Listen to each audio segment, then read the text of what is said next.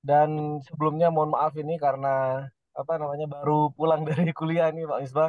Jadi Iya, apa namanya masih di rest area, cuma saya sudah nyari tempat yang aman ini untuk sharing Pak. siap, siap. Iya, iya, atur nuhun. Oke, baik sebelumnya terima kasih ini rekan-rekan semuanya, adik-adik mahasiswa dan juga teman-teman semuanya. Sebelumnya Assalamualaikum warahmatullahi wabarakatuh. Waalaikumsalam warahmatullahi. Jadi kesempatan kali ini sesuai dengan yang mau dikerjakan, materinya adalah pelatihan dan pengembangan. Sebelumnya saya juga mohon maaf pada Pak Misbah dan teman-teman semuanya karena di pertemuan sebelumnya harusnya teragendakan ya di pertengahan minggu kemarin, tapi karena ada schedule yang tidak bisa ditinggalkan, saya juga mohon maaf pada rekan-rekan semuanya. Nah, mudah-mudahan hari ini kita bisa berdiskusi kembali untuk materi kita hari ini yaitu pelatihan dan pengembangan. Sebentar saya share dulu screen-nya.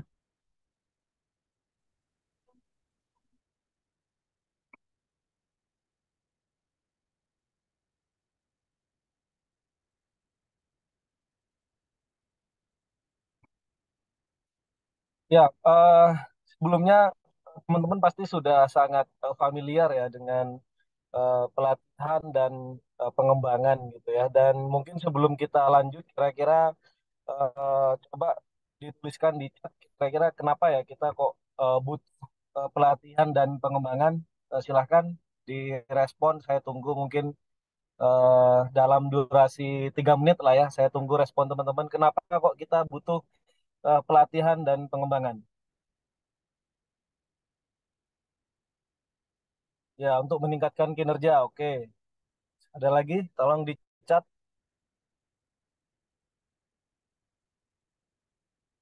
untuk meningkatkan produktivitas perusahaan. Oke. Terus ada lagi?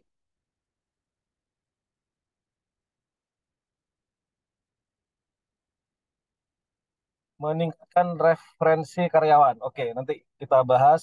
Oke, retensi karyawan. Oke, mempersiapkan karir. Oke, ayo ditunggu chatnya.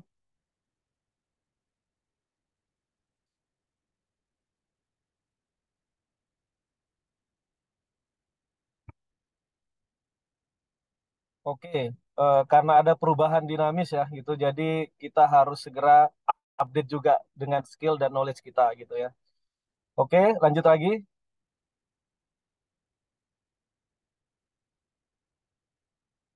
Yuk, ditunggu. Mas Bagas, motivasi. Oke, oke, skill dan kompetensi, optimalisasi SDM. Oke, keunggulan yang kompetitif. Oke. Ya, competitiveness ya, sama seperti yang sebelumnya. Oke, ada lagi? Ya, skill. Oke, penyiapan karyawan sesuai dengan tujuan perusahaan. Oke ya, kira-kira dari terima kasih nih teman-teman yang sudah merespon. Secara umum, apa yang teman-teman sampaikan itu sudah sedikit banyak relevan dengan materi kita hari ini dan nanti perlahan-lahan nanti kita bahas di slide-slide berikutnya. Jadi tadi sudah disinggung, kira-kira apa sih tujuan utama dari pelatihan dan pengembangan? Tadi jawaban dari teman-teman sudah sangat luar biasa. Tadi tidak bisa saya sebutkan satu-satu gitu ya. Yang pertama untuk meningkatkan kompetensi tadi ya. Artinya kalau misalkan tadi kompetensi itu kan bisa berubah macam-macam gitu ya. Tadi ada yang menyebutkan bahwa kondisi perusahaan yang dinamis gitu ya, sehingga mungkin kompetensinya juga berubah. Itu juga bagus sekali gitu ya. Katakanlah misalkan sekarang kalau di PLTU kita sudah zamannya green energy gitu ya, atau kita sudah mulai beralih ke energi terbarukan, maka otomatis gitu ya, secara kompetensi karyawan juga harus disiapkan bekalnya gitu ya untuk memahami, mengimplementasikan, termasuk mengupgrade mengenai regulasi, mengenai energi terbarukan. Atau misalkan seperti halnya kalau yang lebih relevan lagi itu adalah di bidang IT gitu ya, information dan teknologi. Di mana kalau di IT sangat cepat sekali perubahannya. Misalkan dari sebelumnya kita kita mungkin masih melihat apa namanya beberapa sistem yang baru, katakanlah misalkan MySQL dan lain sebagainya. Sekarang sudah ada Power BI, itu sudah macam-macam gitu ya, aplikasi yang terbaru. Nah, ini juga harus segera disesuaikan juga dengan kompetensi. Nah, kemudian eh, yang kedua ini adalah sebenarnya adalah untuk prasyarat dasar untuk memenuhi persyaratan pekerjaan. Nah, kita tahu bahwa di beberapa pekerjaan itu menjadi syarat eh, utama gitu ya, untuk satu kompetensi tertentu. Misalkan contoh saja misalkan ya, pekerjaan di bidang teknis misalkan ya, di bidang teknis misalkan pengelasan atau welding gitu ya, maka syarat utamanya dia katakanlah harus punya sertifikasi pengelasan, relate kepada yang nomor 4 gitu ya. Atau misalkan seseorang yang melakukan pekerjaan teknis bekerja di atas ketinggian tertentu, maka dia juga harus punya syarat minimal punya sertifikasi untuk bekerja di ketinggian tertentu. Atau seseorang yang dia pengen bekerja mengendalikan atau melakukan penyimpanan, pemindahan atau pengolahan bahan kimia misalkan, maka dia juga harus punya namanya sertifikasi yang berkaitan dengan handling material bahan kimia.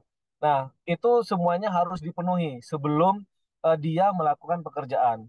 Nah, kalau teman-teman di HR atau di SDM atau di manajemen kayak saya gitu dan teman-teman semuanya, apa sih yang harus dipersiapkan? Nah, sekarang kan kalau di HR sudah mungkin secara umum ini ya, apa namanya, tidak ada yang spesifik gitu ya. Tapi kalau yang sekarang kita tahu bahwa ada Badan Nasional Sertifikasi Kompetensi ya, BNSP gitu ya.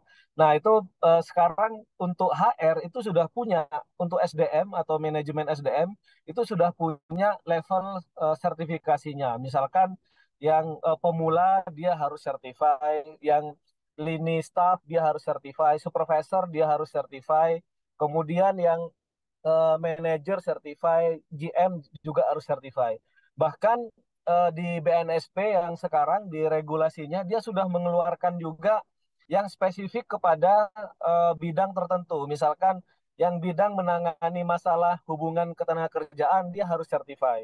Kemudian yang di bidang audit talent management dia harus certify di bidang itu. Bidang remunerasi dia juga ada tersendiri.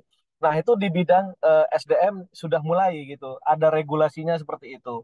Tapi memang di kondisi yang sekarang itu di SDM ini beda dengan yang lain yang memang high risk gitu ya, seperti halnya chemical ketinggian tuh kan resiko tinggi gitu. Jadi memang sudah diterapkan secara full. Tapi kalau di SDM ini masih setengah-setengah. Jadi kayak misalkan nih di aturan mengenai apa namanya sertifikasi kompetensi SDM itu dipersyaratkan bahwa seseorang yang menandatangani kontrak ketenagakerjaan dengan karyawan itu harus sertify kompetensi SDM gitu ya.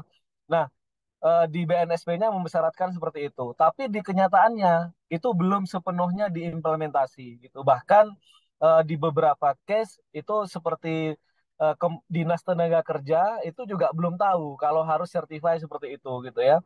Jadi memang tantangannya seperti itu di dunia SDM. Jadi regulasinya sudah ada, tapi belum sepenuhnya implement. Nah, kapan akan diimplement? Ini mungkin ya kita tunggu lah ya kira-kira kapan akan diimplement seperti itu. Nah itu kalau dari sisi persyaratan pekerjaan dari sisi pemerintah. Tapi kalau dari sisi profesional, kalau teman-teman mau berkarir di manajemen sumber daya manusia, itu sebenarnya sudah cukup banyak sertifikasi-sertifikasi yang swasta di luar dari BNSP yang teman-teman bisa ikuti. Misalkan sertifikasi Human Resource Profesional, sertifikasi Human Resource Generalis gitu ya, sertifikasi apa namanya rekrutmen spesialis dan lain sebagainya itu banyak di luar gitu. Atau HR business partner sekarang yang lagi tren itu juga ada di luar swasta gitu ya, yang diselenggarakan oleh apa institusi atau komunitas swasta. Itu bisa teman-teman apa namanya ikuti gitu. Tapi tidak menggaransi bahwa persyaratan itu menjadi yang mutlak ketika teman-teman nanti ngelamar di dunia pekerjaan. Tapi sudah ada beberapa di lowongan itu sudah mencantumkan harus certify human resource profesional gitu. Untuk di lowongan tertentu sudah mulai ke sana. Mungkin untuk sebagai jaminan gitu ya. Nah, kemudian yang tadi juga disebutkan di chat oleh teman-teman itu untuk mempersiapkan promosi potensial karyawan. Nah, ini artinya karir gitu ya, untuk mempersiapkan karir manajemen kita gitu atau seorang karyawan. Nah, ini juga penting, bagian dari utama dari tujuan dari pelatihan dan pengembangan. Nah, kemudian yang terakhir, ini mohon maaf typo, ini untuk memenuhi sertifikasi standar gitu ya, berdasarkan tadi regulasi compliant gitu. Mungkin seperti PLTU, tambang,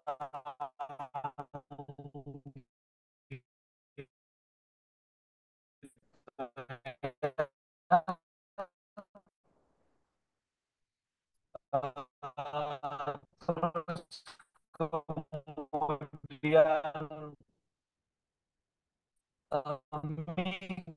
migas gitu, itu cukup banyak regulasi gitu, atau sipil konstruksi gitu. Itu cukup banyak regulasi yang memperlah mau tidak mau perusahaan itu akan waktu kemudian dana untuk ini gitu ya. Nah, termasuk ini juga menjadi punya fokus kepada karena karena kita juga juga menemui bahwa ada beberapa perusahaan yang atau pelatihan dari karyawannya, dari perusahaannya. Nah, ini penting gitu ya untuk memilih perusahaan yang baik. Kalau kita berbicara kompetisi sebagai seorang mungkin knowledge dan attitude gitu ya. Tapi kalau skill ini yang mungkin butuh penyesuaian dan memang harus dibutuhkan yang namanya kompetensi yang perlu disiapkan melalui development tadi gitu ya. Nah, kemudian kalau soft skill ini juga menjadi hal concern dari perusahaan. Jadi tidak hanya yang technical, soft skill pun itu butuh untuk dilakukan pelatihan dan pengembangan. Tujuannya apa? Tujuan akhirnya kalau misalkan individu itu secara kompetensinya sudah bagus, kemudian skillnya sudah bagus, attitude-nya sudah bagus, harapannya secara kinerja juga bagus. Dan kalau individu berkinerja bagus, maka secara organisasi kinerja atau kinerja organisasi itu tentunya juga akan bagus juga. Nah, ini beberapa prinsip pelatihan dan pengembangan. Nah, kalau di tempat saya sekarang itu prinsip pelatihan dan pengembangan itu dibagi menjadi empat. Satu itu technical kompetensi. Jadi prinsipnya adalah bagaimana karyawan itu secara technical kompetensinya itu apa namanya bisa bisa meningkat gitu. Nah, makanya kemudian ini dijawab dengan pelatihan-pelatihan berupa technical training. Nah, kemudian yang kedua itu adalah core value kompetensi. Nah, core value itu ini menjadi dasar gitu ya. Eh, apa kalau teknikal mungkin lebih ke arah job, kalau core value ini lebih ke arah bagaimana seseorang itu bisa punya mindset, punya attitude sesuai dengan budaya dari organisasi. Misalkan kalau di BUMN itu ada namanya akhlak gitu ya. Kalau di kami itu ada namanya apa namanya apa core value-nya itu ada continuous improvement, ada empowerment, ada communication, ada trust gitu. Nah, maka core value kompetensi ini juga harus dilatih gitu, harus diberikan pemahaman kepada karyawan apa yang boleh, apa yang tidak, termasuk apa indikator-indikator perilakunya itu apa saja yang diharapkan. Nah, ini menjadi acuan utama agar semua karyawan itu bisa mendapatkan core value training ini. Nah, kemudian yang kedua itu ada functional kompetensi. Mungkin kalau yang di apa namanya, triple diagram yang sebelumnya itu ada attitude gitu ya. Fungsional itu lebih ke soft skill. Jadi beberapa soft skill yang mendukung untuk masing-masing posisi itu juga di develop atau dilakukan planning untuk training. Misalkan di posisi manajerial, maka dia dibutuhkan fungsi planning, kemudian fungsi katakanlah decision making, fungsi katakanlah dia berkaitan dengan influence skill dan lain sebagainya. Maka itu juga dilakukan development di sana. Nah, kemudian yang berikutnya itu adalah compliant kompetensi. Nah, ini yang tadi saya sampaikan bahwa di beberapa posisi tertentu itu eh, harus diikuti dengan persyaratan compliant yang mau tidak mau harus dipenuhi gitu ya. Nah, biasanya masing-masing industri itu beda tipikalnya gitu. Kalau misalkan semakin high risk sebuah industri, maka semakin banyak compliant yang harus dipenuhi. Misalkan kalau kita seperti halnya misalkan kami di PLTU itu termasuk yang high risk, maka compliant kita itu cukup banyak. Jadi hampir biaya-biaya training itu habis atau optimumnya itu untuk biaya training compliant ini. Mulai dari hal yang sederhana, misalkan ya tadi, misalkan orang bekerja di atas ketinggian melebihi dari 20 meter saja, itu harus punya sertifikasi bekerja di ketinggian. Terus kemudian orang bekerja di bawah air aja sudah punya sertifikasi bekerja di bawah air. Orang ngelas harus punya sertifikasi ngelas. Orang bekerja di udara terbatas, apa di dalam bawah tanah dengan kapasitas udara yang terbatas itu juga harus punya training confined space gitu ya. Kemudian orang mengoperasikan baja bertekanan seperti halnya turbin, boiler macam-macam itu juga harus punya sertifikasi seperti itu. Dan itu cukup banyak, baik itu dari sisi Dinas Tenaga Kerja, baik itu dari Kementerian SDM, itu membesyaratkan yang berbeda, termasuk dari Kementerian Lingkungan Hidup. Itu kalau misalkan jadi biasanya tiga institusi ini yang banyak menghasilkan training-training yang bersifat compliant. Jadi SDM, kemudian Kementerian Tenaga Kerja, kemudian yang berikutnya adalah Kementerian Lingkungan Hidup. Nah, biasanya mereka cukup banyak mempersyaratkan pelatihan-pelatihan yang bersifat harus atau wajib untuk diikuti oleh karyawan. Nah, beberapa implementasi pelatihan dan pengembangan ini hanya contoh saja gitu ya. Di beberapa perusahaan itu mungkin ada manajemen development program gitu ya. Misalkan di perbankan ini biasanya ada seperti ini. Kemudian ada supervisor development program. Kemudian bagi karyawan baru biasanya kita ada onboarding ya sebelumnya ya. Ada induction dalam waktu tertentu misalkan seminggu itu juga bagian dari pelatihan dan pengembangan. Kemudian ada compliant training, kemudian ada on-job training, bahkan mungkin ada education assistant. Misalkan beberapa perusahaan bagi karyawannya yang masih lulusan SMA atau mungkin diploma atau S1, maka dia diminta untuk kuliah lagi. Itu juga termasuk bagian dari implementasi pelatihan dan pengembangan. Kemudian seminar atau conference gitu, itu juga kita juga sering didorong untuk ikut gitu ya. Tapi apa namanya memang untuk yang seminar dan conference ini kita juga dipilih berdasarkan dengan isu-isu yang relevan dengan yang ada di perusahaan. Misalkan kalau kaitannya dengan renewable maka ya hampir semuanya ikut untuk seminar yang kaitannya dengan renewable. Kemudian di dalam perusahaan sendiri ada job assignment itu juga bagian dari pelatihan dan pengembangan. Nah, secara secara fungsi HR di sini kira-kira siklus untuk development itu kira-kira seperti ini gitu ya. Tadi kan ada posisi ya tentunya di masing-masing karyawan itu kan pasti dia posisinya beda-beda gitu ya. Nah, misalkan kayak yang posisi HR staff, rekrutmen staff, atau mungkin posisi HR manager macam-macam. Nah, otomatis dengan posisi yang berbeda, maka jobnya juga berbeda. Kemudian kalau jobnya berbeda, pasti kompetensinya juga berbeda. Misalkan seorang rekrutmen dia harus tahu mengenai alat tes gitu ya. Tapi kalau untuk yang di bagian remunerasi, dia harus tahu tentang statistik remunerasi, misalkan statistik analisis. Maka otomatis secara kompetensi dia beda gitu ya. Kemudian setelah itu kita akan lihat dari dua aspek di sini, kanan dan kiri gitu ya. Yang pertama itu adalah dari bagian organisasi itu sendiri. Artinya kenapa kok ada posisi, ada job desk masing-masing. Nantinya itu akan melahirkan yang namanya job evaluasi. Jadi apa namanya berkaitan dengan grading atau mungkin leveling. Kalau di PNS itu ada golongan 3B gitu atau golongan 4 gitu. Nah, ini dihasilkan dari job evaluasi gitu ya. Sehingga kemudian kita muncul ada level staff, supervisor, manager gitu ya.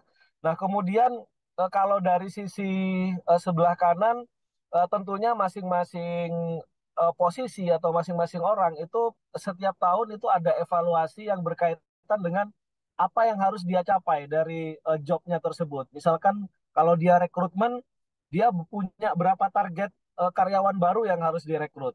Terus kemudian targetnya dalam satu posisi dia harus merekrut berapa hari gitu ya. Itu targetnya dia. Terus biayanya, rasio biayanya itu harus berapa.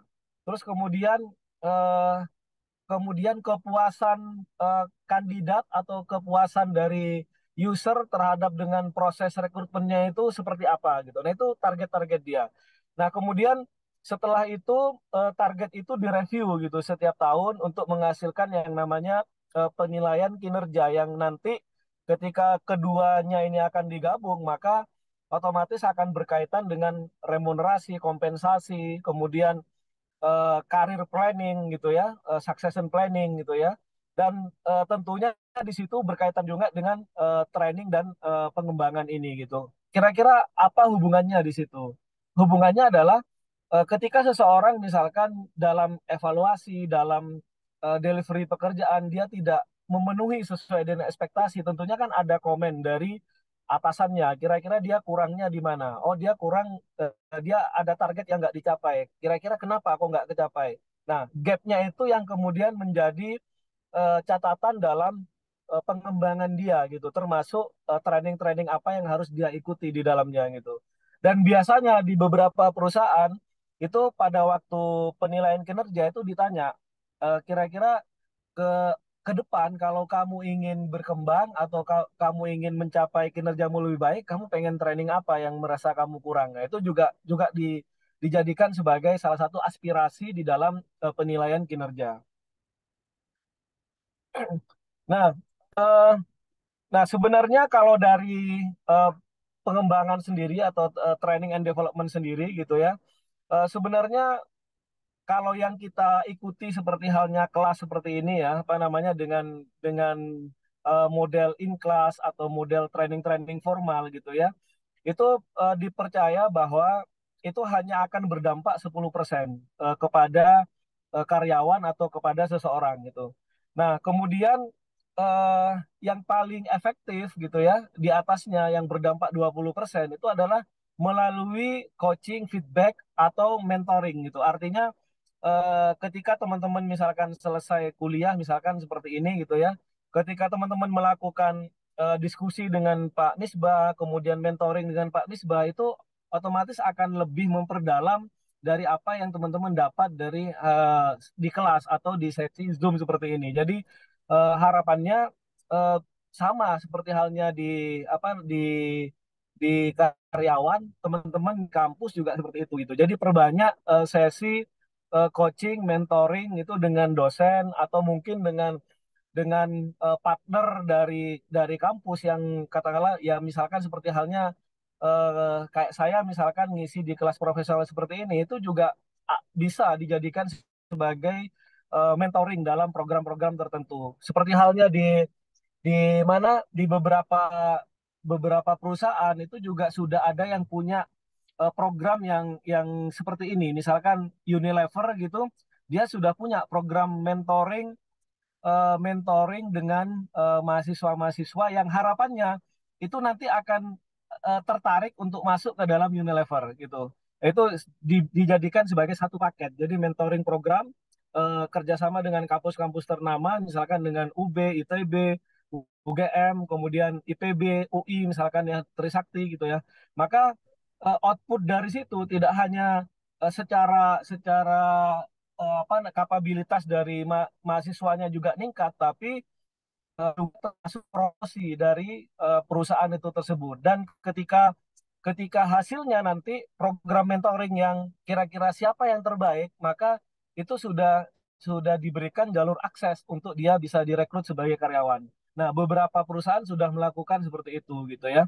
Umumnya ini dilakukan oleh perusahaan-perusahaan yang size-nya besar. Size-nya besar, kemudian turnover-nya juga tinggi. Misalkan seperti halnya Unilever, dia kan karyawannya sampai 6.000 sampai 8.000 gitu ya. Turnover-nya juga juga juga lumayan tinggi karena di sana kan kompetisi ya. FMCG kan termasuk yang kompetisinya paling paling tinggi, kemudian secara turnover-nya juga juga cepat juga gitu sehingga dia membutuhkan sourcing tenaga kerja yang juga efektif gitu ya. Jadi sekarang daripada dia roadshow ke kampus-kampus, kemudian dia bikin apa namanya ikut bikin job fair dan lain sebagainya. Makanya sekarang job fair di kampus itu sekarang sudah nggak efektif lagi sekarang karena sudah cukup banyak program-program yang didesain sebagai istilahnya desain karir atau desain program rekrutmen oleh beberapa perusahaan gitu. Nanti silahkan teman-teman bisa bisa browsing, bisa bisa tanya-tanya ke rekannya mungkin kalau misalkan mau cek mengenai kondisi ini itu ada gitu ya. Nah, kemudian kalau di perusahaan yang paling efektif itu adalah sebenarnya adalah real job assignment. Tapi kalau di kampus mungkin yang paling efektif adalah ya teman-teman apa ikut proyeknya dosen. Misalkan teman-teman ikut proyeknya Pak Misbah, misalkan ngerjakan satu penelitian di mana gitu, itu juga paling efektif gitu karena itu juga nambah knowledge, kemudian relasi juga dan teman-teman akan dihadapkan pada case study yang lebih real gitu daripada textbook di dalam sesi kuliah saja. Nah, ini beberapa prinsip development gitu. Dan ini memang terbukti di perusahaan juga banyak yang memang efektif itu adalah job assignment sama sesi coaching, feedback dan mentoring. Nah, kemudian dalam kita melakukan pelatihan gitu ya, maka sebagai sebagai SDM atau sebagai user atau manager gitu ya, kita harus memilih siapa yang akan kita ikutkan pelatihan itu. Karena kalau di perusahaan itu kan, misalkan kayak di tempat saya sekarang kan karyawan 430. Nggak mungkin setiap tahun 430 itu kita training semua. Karena secara biaya mahal gitu ya. Secara biaya mahal, kemudian alokasi resource-nya itu nggak bisa gitu. Artinya Artinya kita memang butuh skala prioritas. Dari 430 tahun ini tuh siapa sih yang kita prioritaskan gitu? Berapa orang gitu? Misalkan budgetnya 1 miliar gitu ya. Nah 1 miliar itu berapa untuk berapa orang gitu? Dengan harga pelatihan yang berbeda gitu. Paling murah misalkan 6 juta gitu ya. 6 juta, ada yang 8 juta, ada yang 15 juta gitu. Ada yang 25, 30 gitu. Bahkan ada yang 80 gitu. Tergantung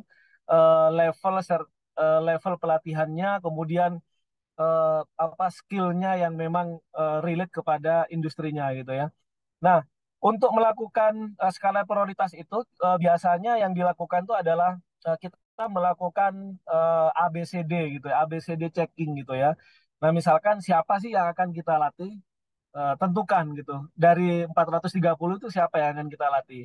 Terus kemudian otomatis siapanya ini kan butuh justifikasi gitu ya. Apakah misalkan tadi misalkan secara kompetensinya masih masih di bawah, kemudian yang kedua secara kinerjanya perlu ditingkatkan, atau dia dia butuh apa melakukan support untuk proyek baru gitu ya, sehingga dia harus dilatih gitu ya. Nah, kemudian yang berikutnya B-nya. B-nya itu behavior, perubahan seperti apa yang akan kita harapkan kalau dia di training. Jadi ya nggak serta-merta training ya udahlah training aja gitu. Tapi kita juga ingin perubahan seperti apa yang harus kita harapkan. Misalkan teman-teman nih ikut training misalkan apa ya, high impact presentation atau katakanlah ikut training communication skill gitu ya. Kan pasti teman-teman ada tujuan gitu, ada keinginan untuk merubah sesuatu gitu. Nah, sama kita di perusahaan kalau berangkatin orang juga akan ngecek kira-kira perubahan apa yang diharapkan. Kalau misalkan dia sebelumnya katakanlah belum bisa ngomong jadi lancar ngomong gitu, ya itu nggak apa-apa gitu ya. Apa namanya kita kita lakukan catatan di situ ya. Nah, kemudian yang C, condition, kapan dan dalam kondisi apa kira-kira yang orang yang kita berangkatkan itu perubahannya itu akan terjadi gitu ya. Misalkan setahun depan nih kita kita punya proyek tertentu, dia harus sudah bisa statistik misalkan seperti itu. Nah, ini harus harus clear juga gitu ya. Nah, terus kemudian berapa banyak perubahan yang Anda harapkan dan bagaimana Anda mengetahuinya. Jadi kira-kira seberapa jauh perubahannya? Oh, apakah dia cukup ngerti statistik dulu, nanti implementasinya sambil jalan misalkan. Nah, terus kemudian gimana cara mengevaluasinya? Oh, nanti kalau dia sudah training, nanti saya akan berikan tugas ke dia untuk mengolah data misalkan. Nah, itu juga harus kita lakukan perencanaan. Nah, secara umum ini apa namanya ini step-step secara umum aja ya untuk program apa namanya training and development itu kira-kira seperti ini. Yang pertama tadi gitu ya, analisa pekerjaan dan organisasi. Kira-kira ada kebutuhan apa secara organisasi dan analisa pekerjaan itu kan otomatis jobnya itu bagaimana, otomatis akan muncul di situ analisa kompetensi. Kompetensinya apa? Nah, kemudian setelah itu kita akan lihat asesmen gap-nya. Kira-kira dengan kompetensi yang dipersyaratkan, itu dia gap-nya seberapa? Mana yang belum terpenuhi gitu ya. Nah, baru setelah itu kita bikin program trainingnya. Oh, apakah dia akan kita masukkan ke dalam metode tadi 70-20-10 misalkan. Oh, kayaknya kompetensi ini cukup dijawab dengan assignment saja. Oh, kompetensi ini cukup dijawab dengan mentoring saja, misalkan dengan dosen, dengan atasannya gitu ya. Oh, karena ini masih belum tahu sama sekali, ini harus berangkat training gitu misalkan. Oh, karena ini berupa sertifikasi mandatori, dia harus training. Nah, setelah itu ada eksekusi trainingnya, kemudian ada evaluasi dari trainingnya itu sendiri. Nah, ini kira-kira gambaran yang tadi gitu ya, eh, penjelasan yang tadi bahwa setiap posisi, setiap jabatan itu pasti punya profil jobnya gitu ya. Nah, terus kemudian kalau dari sisi apa ekspektasi dari posisi itu sendiri, pasti kita berharap karyawan itu menunjukkan performa terbaik. Nah, kemudian di setelah posisi kan pasti ada list activity dari orang per orang itu, kemudian bagaimana dia bisa mengerjakan itu, dia butuh kompetensi apa, otomatis ada list kompetensi. Nah, kemudian asesmennya seperti apa? Dari kompetensi itu kira-kira dia punya gap di mana, maka akan muncul training dan development metriknya. Kemudian yang pemenuhannya tentunya dan yang terakhir tentunya adalah planning-planning dari pelatihannya itu sendiri. Nah, kemudian bagaimana sih kita melakukan proses penilaian kebutuhan pelatihan gitu ya? Tentunya ada reason, kemudian ada konteks, dan kira-kira ada ekspektasi atau hasil yang diharapkan. Nah, reasonnya itu apa? Tadi regulasi misalkan ya. Terus kemudian karena memang kompetensinya, atau karena dia belum mencapai kinerjanya, itu bisa atau ada teknologi baru gitu ya, produk baru yang diluncurkan. Misalkan seperti halnya Unilever gitu ya, mau meluncurkan produk baru, pasti dia akan ngasih training ke salesnya. Misalkan ya produk knowledge macam-macam, dia akan ngasih pembekalan seperti itu. Atau ada strategi bisnis baru. Tadi misalkan ada arah perubahan bisnis dari yang semula misalkan apa namanya konvensional menjadi sekarang digital, kan pasti butuh butuh namanya pembekalan-pembekalan. Nah, kemudian secara ekspektasinya seperti apa gitu ya? Itu ya tentunya kita harus harus lakukan tadi prioritisasi. Kira-kira eh, apa yang topik apa yang tahun ini kita akan eksekusi, siapa, kemudian tipe pelatihannya seperti apa, apakah model yang 70-20-10 itu kita akan masukkan di mana, kemudian seberapa sering, kalau misalkan tadi apa mentoring, apakah satu kali mentoring selesai ataukah dia harus harus 3 kali 5 kali mentoring gitu. Nah ini juga juga perlu dilakukan. Terus kemudian kalau dia harus di training, kira-kira dia harus di training keluar atau cukup di training di dalam? Karena di beberapa perusahaan itu masing-masing orang yang sudah punya kompetensi itu dia juga bisa sebagai internal instruktur gitu ya. Sama seperti halnya di dosen atau mungkin teman-teman di kampus gitu ya. Kalau yang teman-teman di kampus aktif di PKM aja, misalkan juara PKM misalkan, kan pasti sama kampus kan pasti ini ditunjuk sebagai ini ya, sebagai internal instruktur untuk melatih adik-adik tingkatnya. Ini itu sama seperti halnya di kampus di perusahaan juga seperti itu. Atau teman-teman yang menjabat di organisasi kemahasiswaan, misalkan di BEM atau mungkin di HMJ gitu ya, kan kalau misalkan ada pelatihan latihan dasar kepemimpinan macam-macam kan pasti pematerinya kan juga dari teman-teman yang di organisasi kemahasiswaan juga kan, misalkan dari ketua BEM-nya atau ketua bidangnya gitu akan ngisi di situ. Nah ini sama di perusahaan juga gitu, jadi teman-teman yang kira-kira expert gitu itu akan melatih teman-teman yang lain seperti itu. Nah, ini tadi dalam melakukan kebutuhan pelatihan itu eh, ada 3 aspek tadi, organisasi, kemudian aspek operasional, sama aspek dari personalnya gitu ya. Saya pikir itu sudah dibahas tadi.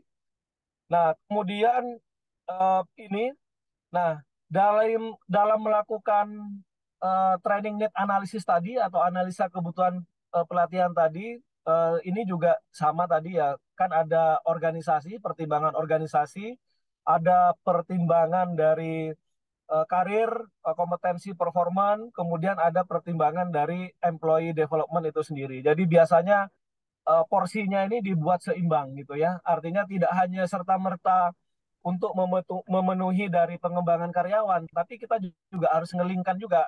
Kira-kira kalau dia berkembang, dia ada potensi karirnya kemana. Terus kemudian kalau misalkan dia dilatih ini, kira-kira ada nggak impact-nya ke bisnis? Kalau tidak ada, ya kita harus harus consider yang lain gitu. Jangan sampai teman-teman misalkan training tapi nggak ada impact-nya ke bisnis, itu juga kita kita tidak akan lakukan seperti itu gitu ya.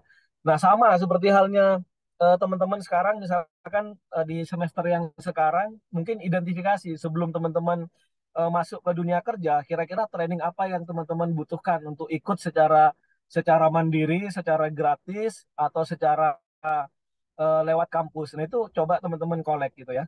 Nah nanti kolek, kemudian mana yang relevan dengan target karir teman-teman itu coba dibikin target. Kalau yang tidak relevan ya jangan diikuti gitu. Dulu waktu saya di kampus hampir semua semua seminar diikuti gitu. Tapi kan ada yang relevan, ada yang enggak gitu. Seminar MLM diikuti, seminar leadership diikuti, seminar kewirausahaan diikuti. Ini maunya kemana gitu ya. Tapi ya apa namanya, namanya juga masih waktu itu kan nggak tahu gitu arah arah saya kan kemana kan nggak tahu. Jadi semuanya diikuti gitu. Nah mumpung teman-teman sekarang punya waktu, coba di mapping gitu ya. Nah, kira-kira ini secara, secara flowchart-nya gitu ya. Mungkin ini agak agak sedikit rumit, tapi proses dalam dalam training atau development itu kira-kira ini melibatkan semua fungsi di sini. Ada fungsi HRD, ada fungsi tim tim training development gitu ya, ada fungsi service, ada fungsi dari departemen masing-masing, ada fungsi atasan masing-masing gitu. Nah ini bahkan sampai ke level atas gitu ya. Tapi kalau kita lihat di sini gitu ya, diawali dari pertama dari catatan penilaian kinerja. Kira-kira dia ada catatan apa di situ? Ada yang butuh berkaitan dengan plan training dan development enggak. Nah, terus kemudian dicek juga kira-kira eh, apa record dari trainingnya itu apa aja yang sudah dia lakukan. Terus dengan dia sudah training itu kira-kira menjawab menjawab gap yang mana gitu ya. Terus kemudian dari situ kira-kira dengan adanya budget yang ada di perusahaan, kira-kira yang menjadi prioritas itu kira-kira apa dulu nih di tahun ini? Ya, kira-kira seperti itu. Terus kemudian setelah itu ada diskusi tentunya dengan user masing-masing untuk memastikan apakah kebutuhan training itu udah tepat atau belum. Nah, baru setelah itu, setelah dikombin dua-duanya, maka nanti akan dilakukan persetujuan sampai di level atas, kemudian akan muncul ya rencana program training atau training plan selama 1 tahun. Nah, biasanya setiap perusahaan itu setahun tuh sudah punya gitu rencana planning. Jadi di perusahaan itu penentuan budget itu sekitar bulan-bulan ini, bulan-bulan September, Oktober. Jadi kita menyusun budget tahun 2024. Nah, dari budget 2024 itu sudah ada alokasi training, misalkan 1 miliar gitu ya.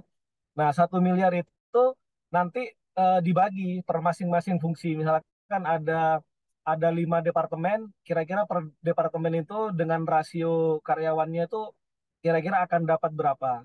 Nah, setelah itu ada diskusi dengan manajernya. Ini loh, alokasi departemenmu ini katakanlah 200 juta gitu.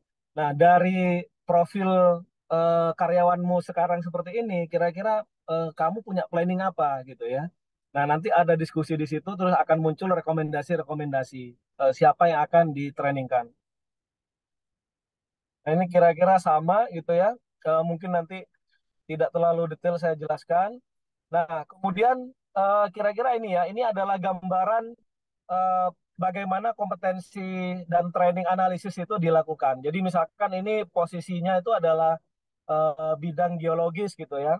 Nah, ini ada beberapa kode kompetensi, misalkan operasional geologi, production geologi, kemudian reservoir geologi. Nah, nanti di situ ada kompetensi yang dipersyaratkan. Oh, kira-kira apa nih dari sisi umum, secara kompetensi secara umum. Oh, dia butuh kompetensi mengenai bisnis etik.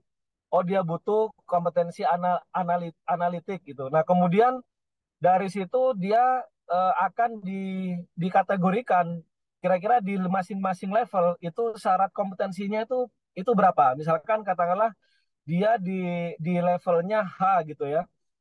Ternyata di level H itu untuk prosedur perusahaan itu dia harusnya level 4 gitu. Tapi untuk katakanlah si Badu ini dia baru level 3, maka dia punya gap kompetensi -1. Maka dari -1 ini nanti akan ditentukan dia akan melakukan cukup dengan self learning atau dia harus di training oleh internal atau dia cukup di mentoring aja oleh atasannya. Nah, itu perlu dilakukan. Tapi kalau company company policy saya pikir self learning bisa dia cukup baca browsing di intranet dia cukup bisa. Atau misalkan budget dan cost. Nah, ini kan dia juga harusnya dia di 3 tapi dia aktual kompetensinya 2 maka kan -1.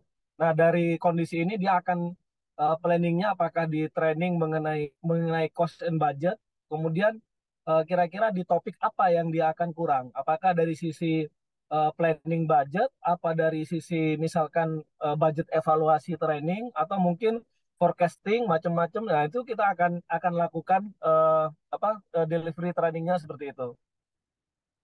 Nah, ini sama. Jadi yang difokuskan itu adalah ke arah gapnya ya. Ini kalau untuk soft skillnya kira-kira. Soft skillnya dia minusnya di mana? Oh, dia minusnya di teknik presentasi. Harusnya dia 3 tapi dia teknik presentasinya 2 gitu ya. Nah, itu kira-kira kita bisa ngejudge 3, 2 itu dari mana gitu ya.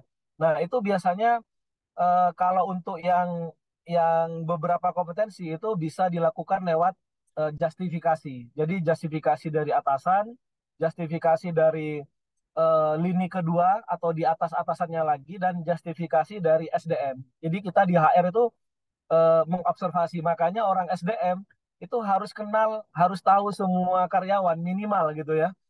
Minimal harus harus mengenal karyawan. Jadi ya sehingga dia bisa mengkalibrasi bener nggak sih teknik presentasinya dua gitu. Jangan-jangan hanya hanya karena atasannya aja dia pengen pengen training keluar gitu. Karena masih ada mindset di karyawan itu training itu jalan-jalan itu masih ada. Jadi wah aku belum training nih gitu, tapi pengennya jalan-jalan aja gitu karena harus bisa training ke Jogja kemana-mana gitu. Jadi mindset itu masih ada gitu sehingga kita sebagai fungsi SDM atau HRD itu harus benar-benar kalibrasi dan cek dan recheck gitu ya. Nah, kemudian evaluasi training itu biasanya kita ada 4 level evaluasi gitu ya. Di sini ada evaluasi reaksi, ada evaluasi pembelajaran, perilaku, sama evaluasi hasil gitu ya. Nah, kira-kira secara piramidalnya gini. Kalau dari reaksi itu kira-kira lebih ke pelaksanaan training. Kira-kira gimana trainingnya, makanannya gimana, ruangannya gimana gitu ya. AC-nya dingin atau enggak gitu, seperti itu. Jadi lebih ke arah sana. Kemudian evaluasi pembelajaran biasanya ada post testnya gitu ya. Misalkan ada pre-test, ada post test. Sama misalkan habis materi ini ada post test misalkan. Nah itu evaluasi pembelajaran. Nah, kemudian ada evaluasi perilaku. Nah, kira-kira setelah training itu kinerjanya gimana? Naik atau turun gitu ya? Sikapnya ada yang berubah atau enggak gitu ya? Nah, kemudian yang paling tinggi itu adalah evaluasi hasil atau kalau boleh dibilang ROTI lah, return of investment dari training kita gitu ya. Nah, itu paling tinggi. Cuma eh, jar, jarang dilakukan di perusahaan karena mungkin agak rumit ya Pak Misbah. Tapi biasanya dilakukan untuk yang training-training yang harganya mahal, yang misalkan 80 juta gitu ya sekali training. Nah itu biasanya rotinya itu diminta gitu, karena trainingnya mahal. Tapi kalau yang training-training harga 6 juta, 10 juta, 15 juta itu biasanya cukup di sampai di level 3 saja, di perilaku saja. Seperti itu. Ya mungkin itu teman-teman Pak Misbah materi hari ini. Mohon maaf jika ada yang kurang berkenan untuk diskusinya kami persilahkan. Ya, baik. Terima kasih Pak Rohman ya. Menarik sekali apa yang disampaikan. Tadi ada mindset ya yang tadi saya sempat dengar. Jadi betul memang ya, Pak Rohman menyampaikan mindset orang kalau ikut training itu, apalagi trainingnya kalau di luar kantor itu adalah jalan-jalan gitu ya. Saya kira sama dengan pada waktu beberapa waktu yang lalu kita ada apa namanya work from home ya, WFH itu mindset yang muncul ternyata bagi kebanyakan karyawan itu adalah bukan kerja dari rumah, tetapi liburan gitu. Berlibur, jadi mereka bisa kerja dari mana saja ya. Jadi memang itu tantangan kita di SDM adalah bagaimana men-switch atau memastikan ya mindset dari karyawan itu tetap dalam kondisi yang sebagaimana seharusnya meskipun mereka di direkayasa oleh beberapa kegiatan-kegiatan atau program-program SDM seperti yang tadi disampaikan oleh Pak Rohman. Baik, selanjutnya kami buka sesi tanya jawab atau diskusi pada masing-masing. Silakan. Nanti kita seperti kemarin ya, jadi 3 sesi. Nggak apa-apa ya, Pak Rahman ya. Ada animonya kayaknya luar biasa ya, nanti banyak yang bertanya. Oke, kita buka nanti. Oke, sesi pertama dulu. Silakan. 3 orang penanya. Di sini sudah ada Hilda dulu. Silakan Hilda.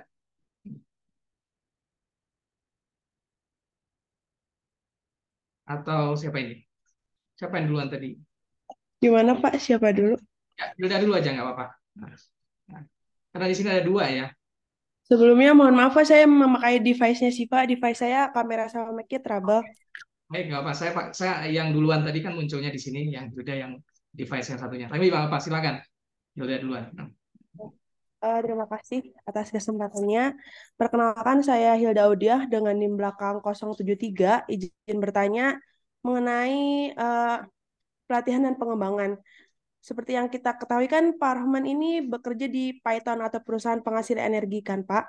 Nah, bagaimana sih sebuah perusahaan energi atau Python energi ini dapat menjaga keseimbangan antara mengalokasikan sumber dayanya dengan untuk maksudnya untuk mohon maaf, bagaimana sebuah perusahaan energi dapat menjaga keseimbangan antara mengalokasikan sumber daya untuk pelatihan dan pengembangan sembari tetap memprioritaskan efisiensi dan produktivitas lingkungan yang selalu berubah dan berkembang dan juga kompetitif. Mungkin itu pertanyaan dari saya. Terima kasih.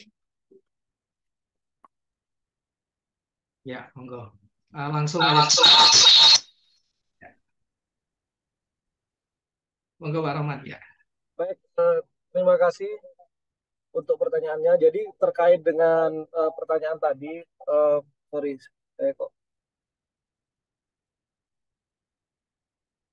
saya pakai cadangan Pak Wisma, takut lowbat ini apa namanya secara laptopnya. Dulu ya Pak Wisma ya ke handphone Pak ya. Silakan Pak. Ya, oke.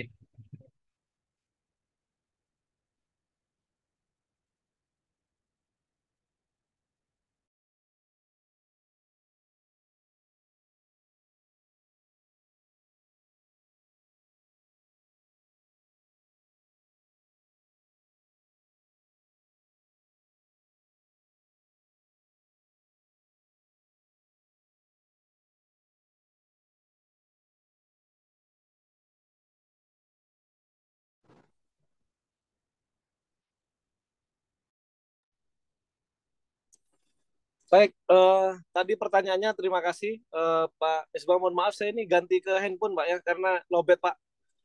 Ya Pak, monggo. Nggak apa-apa. Mau ke ini balik ke rest areanya hujan ini. Ini Pak, hujannya merata ini. Oke.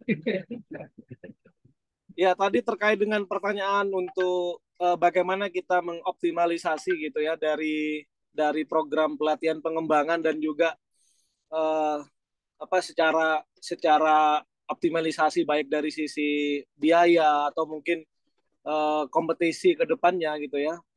Tadi yang seperti yang teman-teman lihat bahwa dalam melakukan program pelatihan pengembangan tadi kan ada tiga area gitu ya. Yang pertama itu adalah aspek organisasi, kemudian yang kedua itu adalah aspek dari profil dari jobnya sendiri atau kompetensi, kemudian yang ketiga itu kan dari sisi personalnya gitu ya. Nah, aspek organisasi contohnya apa? Tadi yang saya sampaikan, misalkan setiap uh, yang namanya kompetensi itu selalu kita review gitu ya, selalu kita review, termasuk job description gitu atau job masing-masing posisi itu nggak mungkin sama. Misalkan saya masuk 2020 itu job seorang rekrutmen di tahun 2020 dengan rekrutmen di tahun 2023 itu berbeda gitu. Itu kenapa? Karena sama seperti halnya prosedur gitu ya. Seperti halnya prosedur itu job description itu juga setiap 2 tahun itu dilakukan review. Nah, di reviewnya itu sesuai apa? Sesuai dengan bagaimana tren di industri atau di kondisi di industri saat ini gitu.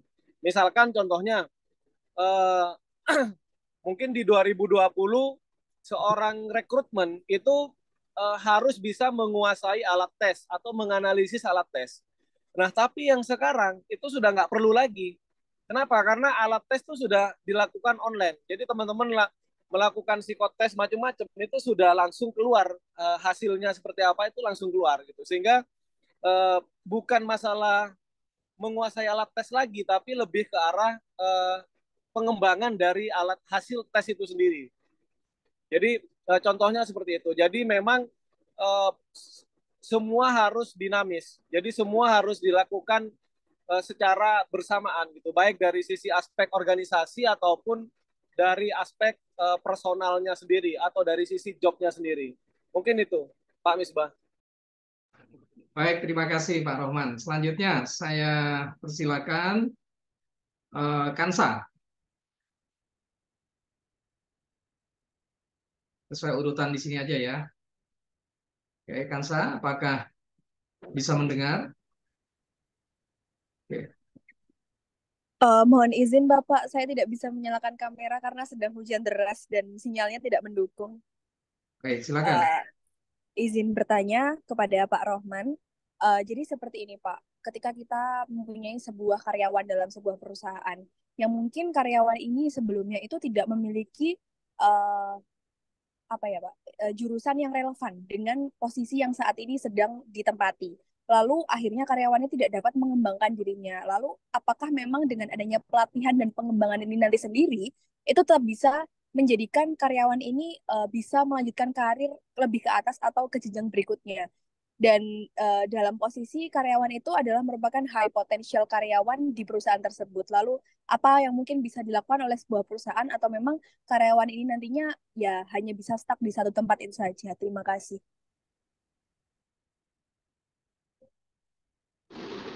Baik, terima kasih.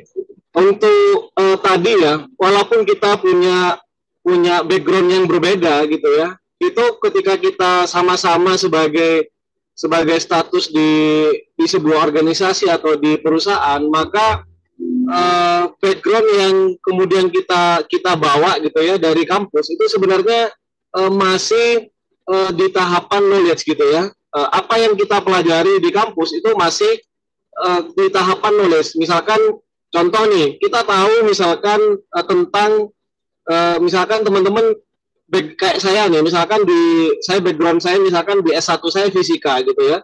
Nah, ketika saya masuk ke dunia kerja, maka ya saya tahu gitu, misalkan kaitannya dengan analisa data atau mungkin statistik macam-macam itu kan saya tahu gitu, secara knowledge dasarnya saya tahu gitu. Atau teman-teman yang di manajemen aja misalkan, teman-teman kan sudah dibekali di kampus misalkan bagaimana sih cara menghadapi konflik gitu ya, bagaimana sih cara berkomunikasi yang efektif gitu ya. Nah itu baru di knowledge gitu ya. Tapi ketika sudah masuk di dunia kerja gitu dengan permasalahan yang berbeda-beda gitu, maka cara menggunakan knowledge dan juga pengembangannya itu juga akan jauh berbeda gitu. Contoh misalkan tadi gitu ya, katakanlah di sisi manajemen tadi ya, teman-teman tahu cara berkomunikasi dengan orang, teorinya sudah tahu nih. Tapi begitu masuk dunia kerja ternyata eh, akan sangat berbeda jauh gitu, karena misalkan level usianya bervariasi, kemudian level kompetensinya bervariasi, level kepentingannya juga bervariasi gitu ya, serta level secara jabatan pemegang keputusannya juga bervariasi. Maka cara-cara komunikasinya itu juga teman-teman harus bisa sesuaikan juga, nggak bisa kita secara knowledge itu sama gitu ya dengan di awal waktu kita pelajari di kampus. Jadi memang butuh pengembangan lagi secara lanjutan. Nah, kemudian dari sisi perusahaan itu juga tidak melihat background yang berbeda itu sebagai kendala apabila dia memang bagus ya, sebagai high potential tadi itu tentunya nggak akan melihat background gitu. Kenapa? Karena yang menjadi tolak ukur gitu ya di perusahaan itu kan pasti selain high potensial, pasti kan dia juga secara kinerja bagus, kemudian secara kompetensi bagus, secara attitude bagus. Jadi dia hanya melihatnya 3 aspek itu. Jadi tidak melihat background pendidikan gitu ya.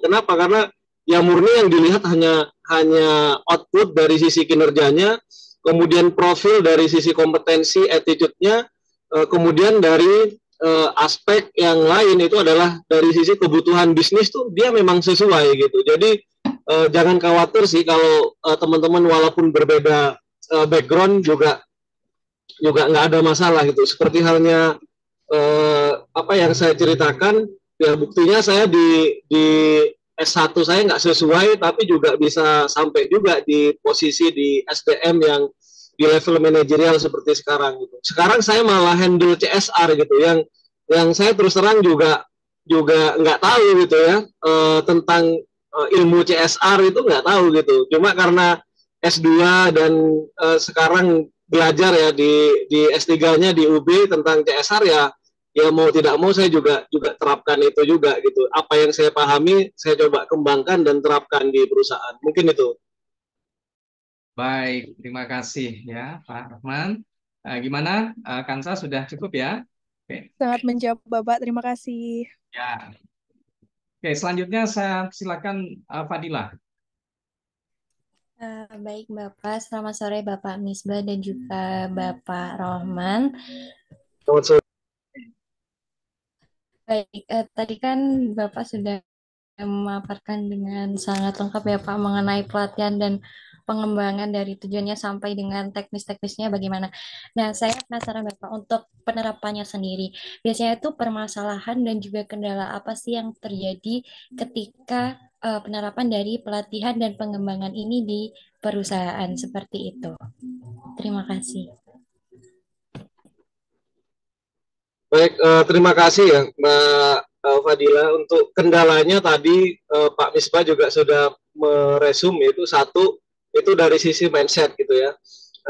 Ya masih ada mindset tadi pelatihan itu lebih ke arah refreshing, lebih ke arah jalan-jalan gitu. Jadi seperti halnya di perusahaan kita di SDM itu kadang eh, kita nggak bahkan sering kita itu meluruskan mindset. Jadi misalkan nih seseorang yang misalkan dia butuh training itu bahkan sampai sampai protes ke atasannya, Pak, saya kok nggak training tahun ini gitu. Saya kan belum training gitu. Padahal kondisinya dia tidak ada gap kompetensi yang harus dia isi di tahun ini berdasarkan profiling kita gitu. Jadi ngapain dia perlu training? Tapi karena dia merasa bahwa setiap tahun saya punya hak untuk training gitu. Itu pertama. Jadi banyak karyawan punya mindset satu, training itu adalah hak gitu. Sehingga setiap tahun dia harus berangkat training. Nah, kemudian yang kedua, training itu adalah eh, reward atau istilahnya reward dari company untuk dia bisa refreshing, jalan-jalan gitu. Memang benar gitu juga secara sebagian persentasenya mungkin reward itu benar lah ya, tapi nggak serta-merta seperti itu. Nah, kemudian kendala yang ketiga itu dalam implementasinya itu adalah biasanya yang di level evaluasi tadi, Farah. Jadi di level evaluasi tadi kan ada berapa? Ada 4 kan ya? Ada level 1 gitu ya, kemudian level 2, kemudian level 3. Nah, biasanya kendala kalau level 4 kan tadi jarang dilakukan gitu ya. Nah, biasanya kita itu hanya selesai sampai di level 2, Pak Misbah. Jarang sampai ke level 3. Kalaupun dilakukan gitu ya, level 3 itu kita di SDM itu sampai ngejar-ngejar atasannya. Pak, mana nih Pak? Gitu Pak, hasil penilaian observasinya si A yang sudah berangkat training, kok nggak ada, kok nggak balik ke kita gitu. Apa yang sudah berubah dari sisi perilakunya dia itu apa? Kemudian kontribusi ke bisnisnya dia sudah ada belum gitu. Nah, sampai seperti itu. Nah, kalau level 1 kan hanya aksi reaksi ya. Jadi agak lebih mudah gitu ya. Level 2 kan lebih ke arah dari sisi kualitas pelatihan, lebih ke post test pasca pelatihan atau dari sisi knowledge gitu ya. Tapi yang level 3 ini yang susah gitu. Makanya salah satu target dari bagian training itu adalah persentase dari feedback hasil evaluasi training. Nah, biasanya level 1 itu 100%. Pasti kan ya, habis training kan dikasih form, diisi kan balik semua kan gitu ya. Level 2 post test mau nggak mau, kalau ada post test kan pasti ngisi semua kan gitu ya. Walaupun nilainya mungkin ada yang 100, ada yang bagus, ada yang enggak gitu ya. Tapi level 3 itu jarang gitu. Kayak di tempat saya sekarang pengembalian level 3 untuk evaluasi Pak Wisba itu hanya 30% gitu. Padahal itu wajib dilakukan. Sampai kita itu bikin aturan kalau level 3 nggak balik, maka orang itu nggak boleh training lagi. Aturannya seperti itu. Jadi atasan boleh ngirim anak buahnya training lagi kalau dia sudah melakukan level 3 gitu. Atau atau minimal kalau dia training, dia sudah melakukan sharing knowledge ke rekannya. Itu paling sederhananya seperti itu. Jadi seseorang boleh training lagi kalau setelah training dia melakukan sharing knowledge kepada rekan kerjanya, maka dia boleh training lagi. Kalau enggak, maka dia nggak boleh berangkat lagi. Nah, itu kendala-kendalanya gitu ya. Nah, terus kemudian kendala yang berikutnya itu adalah kendala regulasi, Farah. Jadi kadang regulasi kan nggak bisa kita kontrol ya, apa namanya, seberapa cepat regulasi berubah gitu ya.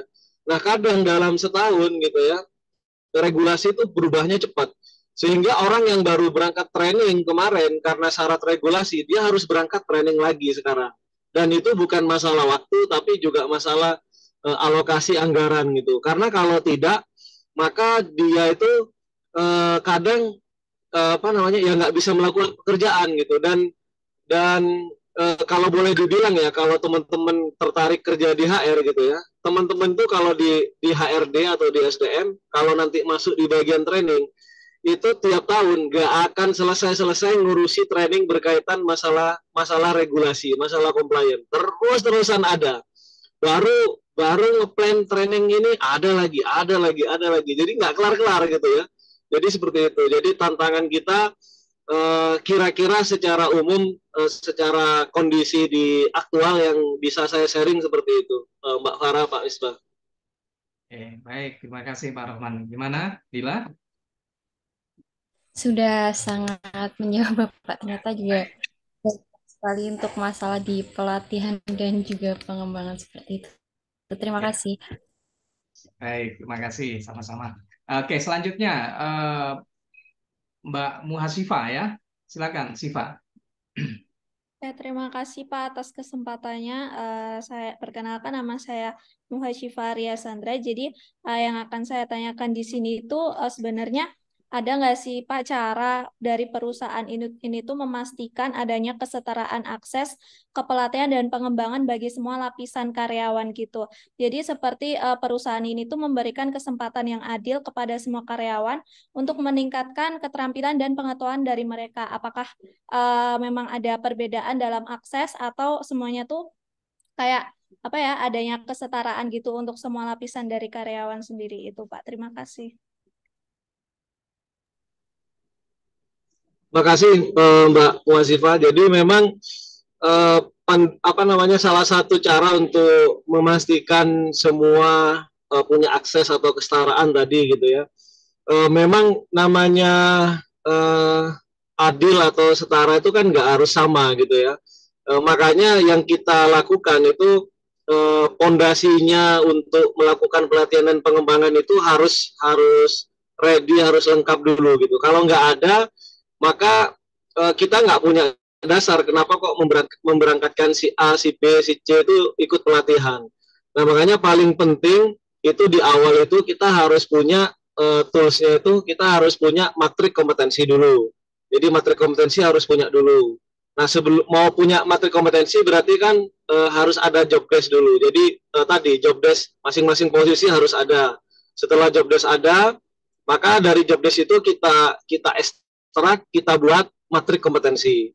Nah setelah matrik kompetensi kita punya, maka yang kemudian kita lakukan adalah kita membuat namanya training matrik. Artinya untuk kompetensi, misalkan kompetensi tadi kompetensi masalah analytical gitu ya. Kira-kira training matriknya itu apa aja gitu di situ. Training matrik itu berbeda dengan judul training ya. Kalau judul training kan training kira-kira misalkan training presentation, training apa namanya Excel gitu. Nah, itu kan lebih ke judul training. Tapi kalau training metrik itu lebih ke besarannya. Kira-kira kompetensi apa yang nanti apa training apa yang cocok untuk dia gitu ya.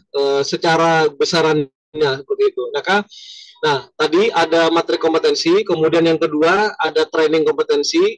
Nah, setelah itu kita harus melakukan namanya TNA atau training need analysis tadi. Nah, kira-kira masing-masing orang itu dia gapnya di mana gitu, gapnya di mana gitu, melalui asesmen kita, melalui diskusi dengan atasan macam-macam gitu. Nah, baru dari situ kita melakukan program pelatihan ke masing-masing orang gitu. Jadi dengan begitu maka kita yakin, kita pastikan bahwa pelatihan program pelatihan kita itu istilahnya fair untuk ke semua, atau semua punya akses, punya kesempatan yang sama, Mbak Muafifa.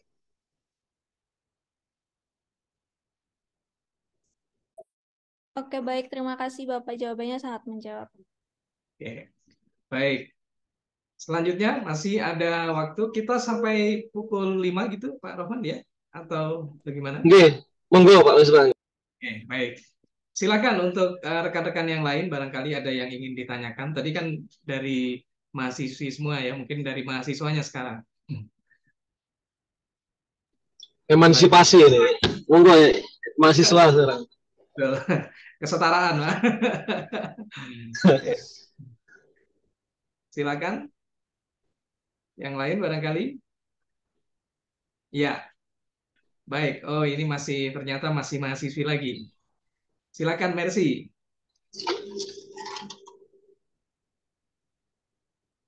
Baik Pak, apakah suara saya sudah terdengar? Ya, sudah Pak Mercy. Mbak. Baik, selamat sore Pak Misbah dan Pak Rohman. Di sini saya mau bertanya, apakah proses seleksi dan rekrutmen dianggap kurang efektif apabila tetap dilakukan pelatihan dan pengembangan bagi karyawan baru untuk mengurangi gap antara karyawan baru dan lama?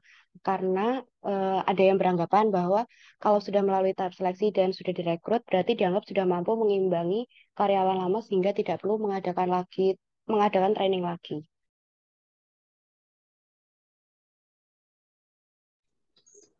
Oke, terima kasih pertanyaannya bagus Pak Mercy.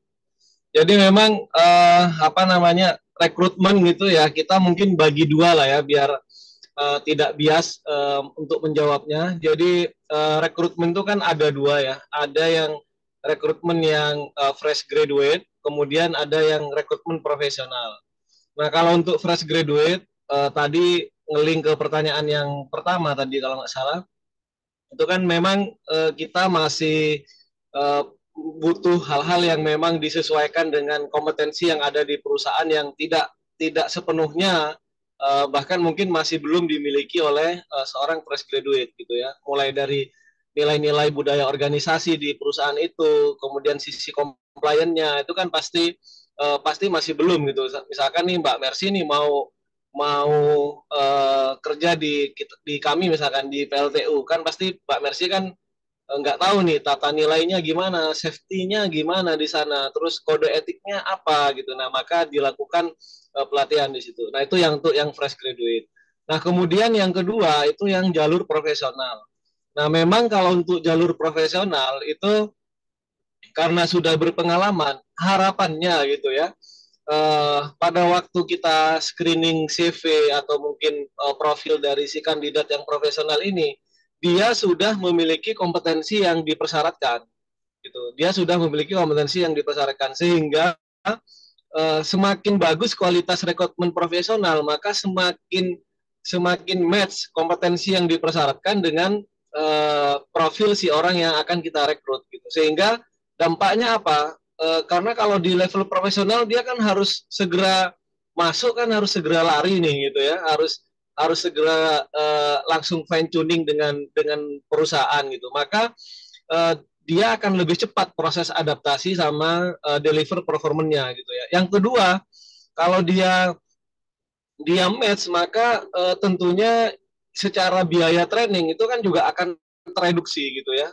Kita nggak perlu mengalokasikan biaya training untuk jalur profesional gitu. Misalkan syarat kompetensinya harus 5 gitu ya, sertifikasinya harus 5, dia sudah punya 3, maka ya kita kan nggak harus keluar biaya untuk mentraining semuanya itu. Nah itu juga mengurangi biaya pelatihan kita. Jadi benar Mbak Mercy gitu, secara concernnya tadi cuma biar tidak bias dibagi dua untuk yang non profesional sama yang profesional. Kalau untuk profesional memang secara kualitas rekrutmen itu lebih baik apa yang kita persyaratkan di kompetensi itu benar-benar dipenuhi oleh profil kandidat yang akan kita cari, seperti itu. Terima kasih Mbak Mercy ya.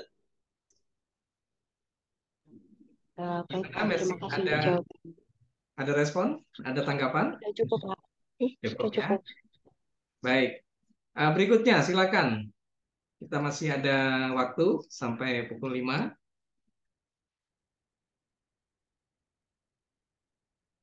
Yang cowok-cowoknya belum keluar ini pertanyaannya ini ya. Silakan dimanfaatkan sebaik-baiknya.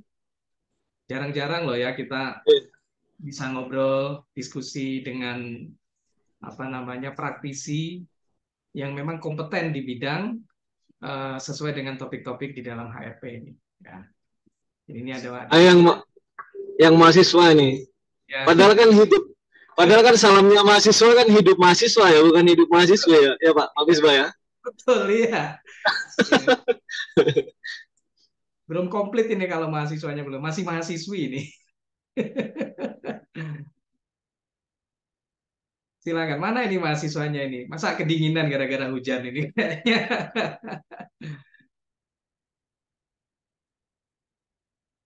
Ya, atau yang mahasiswi lagi boleh juga nggak apa-apa ya.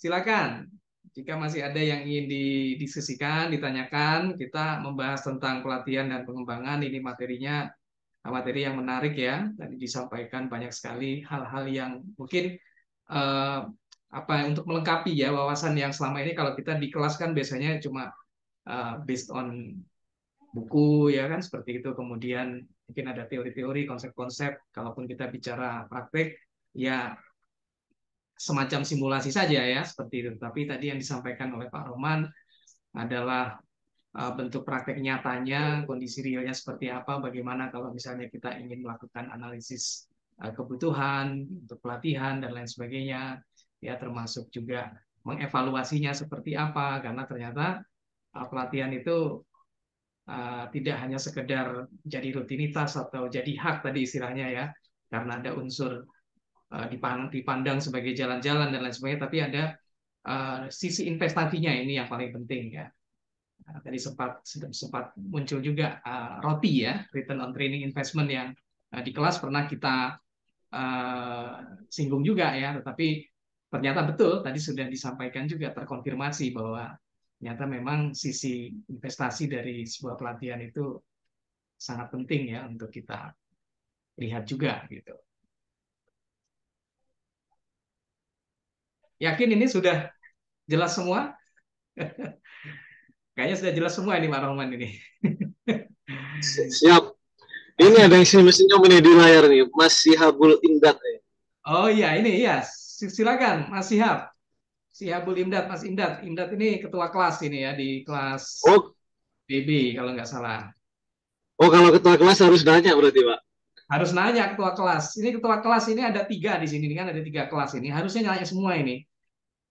Imdad, kemudian kalau yang tadi satu sudah nanya, Siva tadi itu ketua kelas juga. Terus kemudian ada Winnie juga ya. Nah, ini ketua kelas semua ini harus nanya mestinya. Ayo Imdad mewakili mahasiswa biar afdol ya. Jadi hidup mahasiswa. Kali ini masih hidup mahasiswi ini. Nah, ini sudah raise hand. Silakan Imdad. Baik, terima kasih atas kesempatannya Pak Misbah dan Pak Rohman ya. Mungkin di sini saya ingin bertanya Pak terkait yang tadi sudah dijelaskan, di mana kan kayak sekarang itu 70% terkait pengembangan itu pada terkait ini ya 20% dari pengembangan itu ada di coaching, feedback dan mentoring, di mana terdapat perusahaan yang telah menerapkannya Pak. Seperti yang dijelaskan itu adalah Unilever. Di mana di situ kan hasilnya nanti kan diberi jalur khusus ya Pak untuk mahasiswanya langsung masuk ke dalam perusahaan tersebut. Mengapa sih Pak perusahaan itu rela Pak untuk mengeluarkan, tentunya itu kan mengeluarkan biaya kan, rela mengeluarkan biaya untuk mengadakan hal tersebut, padahal tentunya ketika mereka membuka lowongan ya Pak, pasti banyak pelamar-pelamar terbaik yang daftar di perusahaan tersebut Pak. Kenapa harus repot-repot untuk membuka Pak istilahnya kayak coaching untuk mahasiswa seperti itu. Terima kasih Pak. Wah, mantap ini pertanyaannya nih. Ketua kelas Pak. Baru nih hidup mahasiswa nih Mas Imdad. Oke, terima kasih. Tadi pertanyaannya bagus Mas Imdad. Jadi memang ini ya jalur-jalur itu sudah mulai dilakukan oleh beberapa perusahaan. Nah, kenapa kok harus seperti itu sih perusahaan? Walaupun sebenarnya kalau untuk namanya kita buka job posting itu kayak misalkan kita saja di Python itu satu posisi itu minimal gitu minimal satu posisi itu sekitar 300 gitu. Jadi kalau misalkan kita mau sebenarnya kan tinggal langsung dari sana gitu ya. Satu posisi itu sekitar 300. Kalau mau kan sebenarnya langsung dari sana gitu. Nah, kalau halo? Halo? Halo? Halo, silakan Pak. Terdengar Pak. Oh iya. Ya. Oke. Nah, kalau mau kan sebenarnya cukup dari itu kan bisa gitu. Cuma kan gini, kita kan mengenal namanya talent war gitu ya. Tidak hanya kompetitif di perusahaan saja, tapi kompetitif di market rekrutmen atau market tenaga kerja. Kan pasti perusahaan itu kan pengen berkompetisi untuk mendapatkan talent terbaik, Mas Imdad. Jadi caranya seperti apa? Ya caranya harus bisa menarik para talent terbaik itu untuk bergabung ke perusahaannya gitu, sehingga dia tidak dapat yang second layer atau mungkin layer ketiga daripada talent-talent yang ada di market gitu. Dia pengennya dapat yang terbaik gitu, sehingga kalau dia bisa dapat yang terbaik, maka secara profil di perusahaannya kan juga akan naik nih. Secara kinerjanya harapannya juga akan bagus gitu. Dan yang berikutnya adalah tujuannya untuk apa? Perusahaan itu kan juga perlu dinilai secara branding, secara market juga gitu ya. Artinya dia pengen secara branding company di market talentnya itu dia nomor 1 gitu. Makanya di perusahaan-perusahaan itu kan juga dikompetisikan mana sih perusahaan-perusahaan yang employee of choice gitu ya, nomor 1 gitu. Kalau kita tahu misalkan Unilever itu kan dia nomor 1 gitu ya. Astra Unilever nomor 1 gitu ya. Mungkin company-company lain misalkan Bank Mandiri itu dia kan nomor 1. Kenapa dia bisa nomor 1? Karena itu tadi program-program untuk attract atau menarik para talent itu dia create sedemikian rupa yang sebagus mungkin gitu dengan program-program tadi, Mas Imdad. Mungkin itu, Pak. Baik, terima kasih Pak Rohman. Ada tanggapan Ketua kelas? Baik, terima kasih jawabannya Pak Rohman. Mungkin sedikit menyimpulkan ya Pak. Berarti tadi ini ya Pak, perusahaan melakukan program-program tersebut itu biasanya untuk istilahnya apa ya, talent war ya Pak, biar mereka dapat yang pilihan terbaik lah, nggak dapat yang second choice ataupun third choice ya Pak ya. Kemudian perusahaan juga perlu ini ya Pak, apa namanya tadi, branding company-nya biar misalnya secara karyawannya ini perusahaan A paling bagus, Unilever paling bagus nih Pak, seperti itu ya Pak. Ya. Baik, terima kasih Pak Rohman, Pak Misbah. Terima kasih Mas Imdad. Ya, baik. Terima kasih pertanyaan-pertanyaannya ya. Ini sudah pukul 5, jadi saya kira sesi diskusi kita, tanya jawab kita sudah berakhir dan sudah genap tadi dengan pertanyaan dari Mas Imdad. Seperti kata Pak Rohman, berarti sudah komplit jadi hidup mahasiswa ya. Ya, jadi gongnya tadi sudah terjadi ini tadi hari ini tadi. Baik, saya ingatkan kembali kepada teman-teman mahasiswa sebelum kita akhiri untuk mengaktifkan kembali kameranya bagi yang belum aktif ya, karena nanti saya akan mengambil screenshot dulu untuk dokumentasi dan sekaligus verifikasi kehadiran saudara-saudara sekalian. Mungkin sedikit yang ingin saya sampaikan ya, bahwa memang pelatihan dan pengembangan ini tadi sudah banyak dipaparkan dengan panjang lebar ya oleh Pak Rohman. Nah, memang adalah sesuatu yang sangat penting ya, dan poin-poin yang mungkin harus kita soroti ya dalam kegiatan pelatihan dan pengembangan itu adalah soal analisis kebutuhan ya, yang tadi sudah dijelaskan, diberikan contoh, kemudian juga perencanaannya apa saja yang mau diprogramkan, kemudian apakah ini pelatihan yang dilakukan secara internal, eksternal, mungkin online, ataukah mungkin dengan program mentoring dan lain sebagainya. Tadi juga sempat disinggung soal coaching. Ya, kemudian saya juga mencatat tadi beliau juga menyampaikan tentang pentingnya evaluasi dan feedback ya, bahwa setelah pelatihan selesai kira-kira sudah ada perubahan atau belum, ada kenaikan level atau belum. Karena kalau levelnya tetap saja ya berarti mereka mungkin tidak direkomendasikan untuk bisa ikut pelatihan kembali ya. Tadi sempat beliau menyampaikan seperti itu. Dan mungkin yang terakhir ya dari catatan yang bisa saya sarikan kepada rekan-rekan mahasiswa semua, bahwa keberlanjutan atau kontinuitas ya dari sebuah program pelatihan dan pengembangan itu perlu juga untuk dipertimbangkan ya, sehingga program ini tidak menjadi kegiatan yang satu kali saja, tetapi kegiatan yang terus berlanjut dan ada semacam roadmap-nya ya, kira-kira seperti itu. Karena pelatihan itu kalau memang secara konsep yang sudah kita pahami kalau di kelas itu bagian dari budaya perusahaan, dan program-programnya juga harus terus diperbarui sesuai dengan tuntutan zaman dan kondisi yang dihadapi oleh perusahaan ya. Saya kira itu sedikit yang bisa saya sarikan dari apa yang menjadi bahan atau topik diskusi kita pada kesempatan sore hari ini. Sekaligus saya ingin mengucapkan terima kasih sekali lagi kepada Pak Rohman yang sudah tetap berkenan ya untuk bisa memberikan wawasan, menambah pengetahuan kita, melengkapi pengetahuan dan juga kompetensi kita untuk materi pelatihan dan pengembangan. Dan nanti insya Allah nanti akan ada juga sesi ketiga ya Pak Rohman ya, untuk suksesi kalau tidak saja, succession management atau succession plan. Itu yang bisa saya sampaikan. Dan baik, sekarang saya akan mengambil sesi foto atau screenshot dulu. Mohon ditahan senyum yang terbaiknya.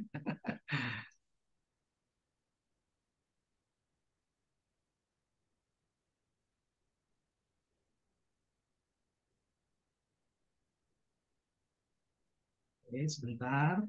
Ini lumayan ya. Jadi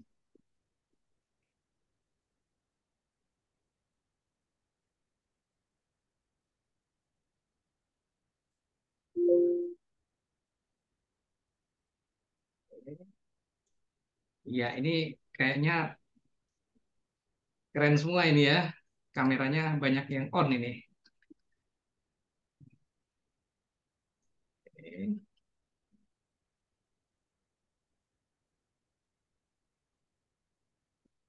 Baik, terima kasih sekali lagi. Iya, terima kasih sekali lagi ya kepada rekan-rekan semua dan khususnya kepada Pak Rohman. Kita sangat senang sekali ya bisa berkumpul seperti ini meskipun dalam sesi Zoom. Rencananya kita kan mau offline ya Pak ya, tapi karena tidak memungkinkan dan minggu depan pun juga sudah ada, karena ada MTQ MN ya, jadi semua juga harus secara daring. Nanti nggak tahu, nanti yang sesi ketiga barangkali juga nanti akan ada memungkinkan, mungkin bisa kita programkan untuk offline-nya ya, kalau dari fakultas atau mungkin dari lab bisa menghandle tersebut. Baik, saya kira itu yang bisa saya sampaikan pada hari ini. Lebih kurangnya mohon maaf juga ya dari kami, Pak Rohman dan juga rekan-rekan mahasiswa. Semoga kita bisa berpartisipasi kembali dalam sesi yang kolaborasi yang ketiga nanti dengan materi succession management. Itu yang bisa saya sampaikan. Terima kasih. Sampai ketemu. Selamat sore. Assalamualaikum warahmatullahi wabarakatuh. Waalaikumsalam. Terima kasih Pak Misbah.